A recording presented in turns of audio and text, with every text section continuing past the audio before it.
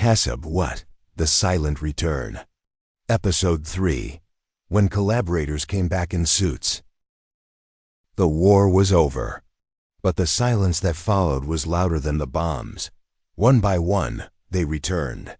Not in chains, but in coats. Not into courtrooms, but into Congress. This is the story of how many of those accused of collaboration didn't vanish after liberation. They were forgiven, reinvented, and in many cases rewarded. The pardon that erased the past.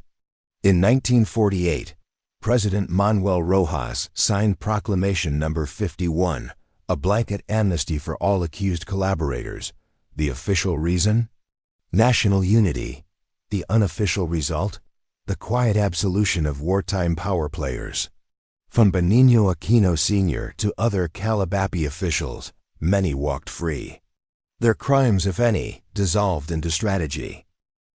The rebranding of Laurel.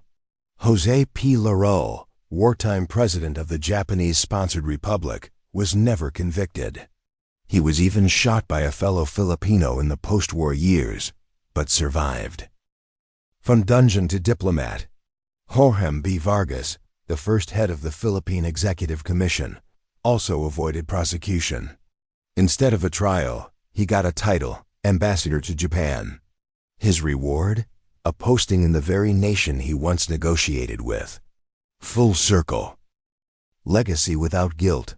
Camilo Oshas returned to the Senate. Other officials faded into elite circles. Some wrote books.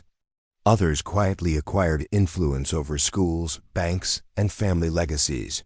No trials, no tribunals. Just transitions. The unfinished file of Aquino Sr. Benigno Aquino Sr. died in 1947, not behind bars, but in quiet freedom. He was detained after the war, accused of collaborating with the Japanese. But he was never convicted, never tried. And by the time President Roxas issued Proclamation No. 51, he no longer needed it. His story ended without judgment, but his legacy? It carried on, not through the courts, but through his children. No trials, no tribunals, just transitions. The economy of forgetting.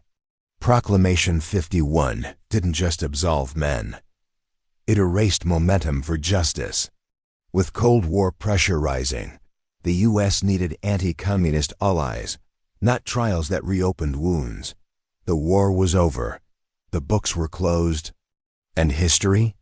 It was edited in silence. Some say it was for peace. Others say it was politics. But one thing is certain. When power returns in silence, it rarely leaves. Next, did they betray the nation or just survive it? This is Episode 3 of Kasabwat, The Hidden Faces of World War II Collaboration. Brought to you by K Anton Reports, where memory is power and the untold finds its voice.